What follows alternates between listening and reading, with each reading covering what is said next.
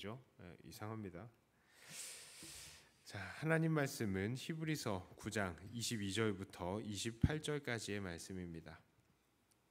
히브리서 9장 22절부터 28절까지의 말씀입니다. 이 말씀을 제가 봉독해 올립니다. 율법을 따라 거의 모든 물건이 피로써 정결하게 되나니 피 흘림이 없은즉 사함이 없느니라. 그러므로 하늘에 있는 것들의 모형은 이런 것들로서 정결하게 할 필요가 있었으나 하늘에 있는 그것들은 이런 것들보다 더 좋은 제물로 할지니라.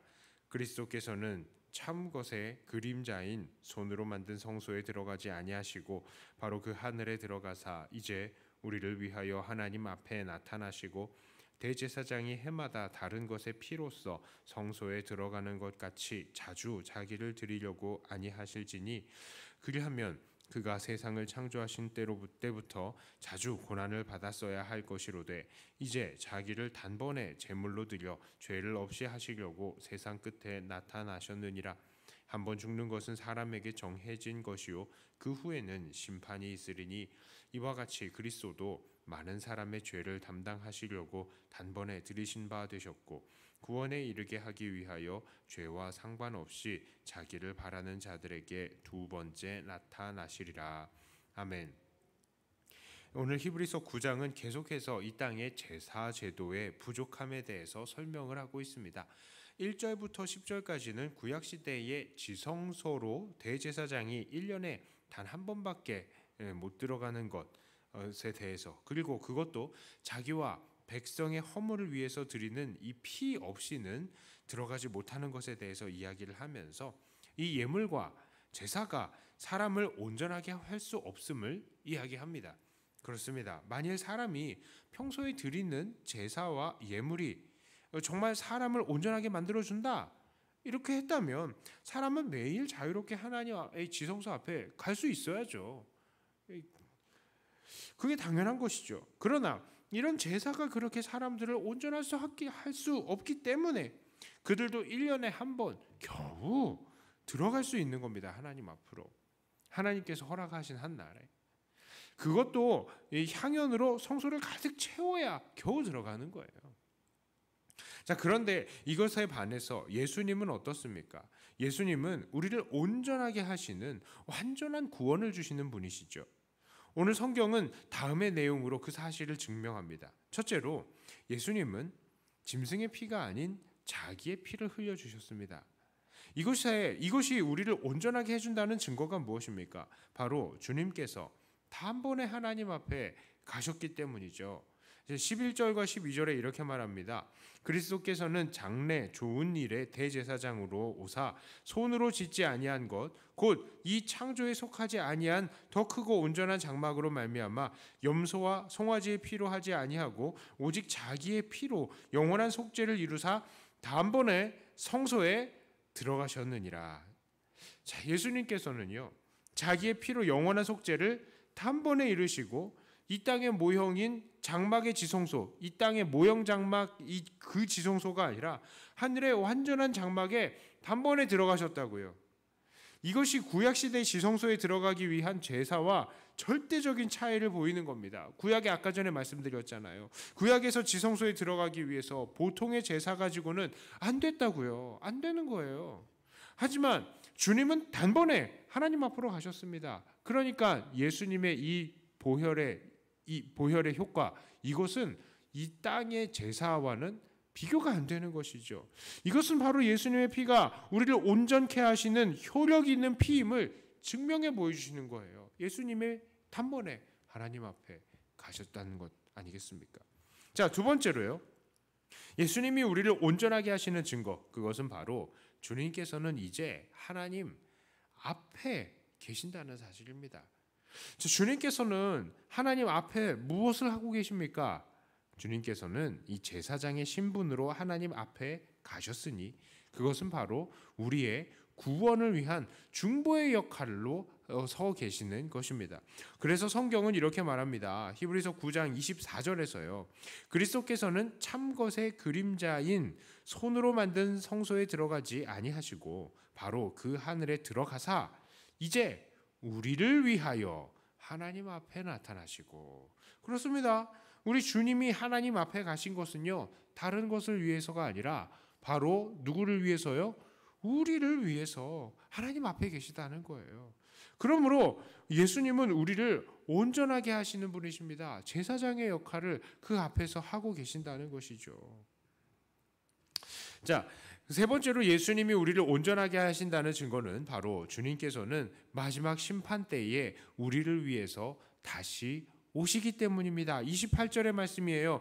이와 같이 그리스도도 많은 사람의 죄를 담당하시려고 단번에 드신 바 되셨고 구원에 이르게 하기 위하여 죄와 상관없이 자기를 바라는 자들에게 두 번째 나타나시리라. 자, 주님께서는 자기를 바라는 자들에게 두 번째 나타나시는데요. 그 이유가 무엇이라고 합니까? 바로 우리를 구원에 이르게 하기 위해서 그렇게 하신다라고 합니다. 자, 그렇습니다. 주님께서는 우리를 위해서 자기의 피를 친히 흘려주셨고요. 우리를 위해서 하늘의 하나님 앞에서 우리를 중보하고 계시고요. 장차 우리를 위해서 마지막 심판 때에 다시 내려오시는 겁니다. 심판 앞에 나갔을 때 우리를 위해서 우리가 부끄러움 없게 하신다는 것이죠. 자, 그렇습니다. 이렇게 예수님의 구원은 완전한 거예요. 그러므로 우리는 다시 짐승의 피를 하나님께 드릴 이유가 없고, 또한 예수님께서도 그 택하신 자들을 위해서 계속해서 반복해서 죽으실 필요도 없는 것입니다. 자, 이러므로 이 사실을 아는 우리들 어떻게 살아가야 하겠습니까? 첫째로 우리는 우리를 위해 피 흘리신 주님의 보혈의 이 완벽함을 믿어야 합니다. 그 보혈은 우리를 온전하게 하기에 충분한 피라고요. 주님의 피가 용서하지 못하는 죄가 없습니다. 우리가 과거에 어떤 죄를 지었건 어떤 흠이 있건 하나님 앞에 가지 못할까 봐 두려워할 이유가 없다는 거예요. 우리는 이미 그의 피로 정결하게 된 자들이니 단번에 하나님 앞으로 가신 주님처럼 우리도 천국에 넉넉하게 들어가게 될 것입니다. 자, 두 번째로 우리는 하나님 앞에서 중보하고 계시는 예수님을 의지하며 오늘 우리의 삶을 하나님 앞에서 경건하게 갖추어야 할 것입니다. 우리 주님은 지금 하나님 앞에서 우리의 삶을 지금 중계방송하시고 계세요. 하나님 앞에. 그런데 우리 주님께서 오늘 우리의 이 모든 행실에 대해서 하나님 앞에 중보하실 때에 과연 뭐라고 말씀하실까요? 그 주님 앞에 부끄럽지 않은 삶으로 우리는 오늘을 경건하게 채워가야 되겠습니다. 주님, 우리의 이 죄 때문에 주님께서 하나님 앞에 중보하실 때에 자식, 이런 한숨 나오지 않게 해야 되지 않겠습니까? 우리를 위해서 죽으신 그 죽으심이 정말 우리의 삶에서 적용이 됐고 하나님 앞에 이 우리의 삶이 중계 방송되고 있을 때에 서로 창피하지 않도록 날마다 하나님 앞에 경건한 삶으로 올려드려야 되겠습니다. 세 번째로요, 우리는 장차 우리를 위해서 다시 오실 주님을 기다리면서 소망해야 하겠습니다. 주님은 마지막 날에 우리를 위해서 다시 오신다라고 하셨습니다. 우리의 이 구원의 확실함을 증거하시는 것이겠죠. 자, 그러므로 오늘 우리들은 그날을 소망해야 되겠습니다. 마지막 날 그 심판이 있다는 것을 깨닫고 오늘 우리의 삶 속에서 여러 가지 고생이나 부당함이나 유혹이나 모두 다 이겨내며 마지막 날을 소망하는 그런 우리가 되어야 되겠습니다. 자, 이제 말씀을 정리합니다. 오늘 본문을 보니까 주님은 우리를 위해서 우리를 분명하게 온전하게 하시는 분이십니다. 그 보혈과 그 하나님 앞에서의 중보하심과 다시 오심으로 우리의 과거와 현재와 미래의 구원에 대해서 확신과 소망을 주시는 분이세요. 이것은 참으로 제사와 제사장이 1년에 한 번 지성소에 들어가서 하나님 앞에 나아가는 것과는 비교할 수 없는 완벽한 구원을 보여주시는 것입니다.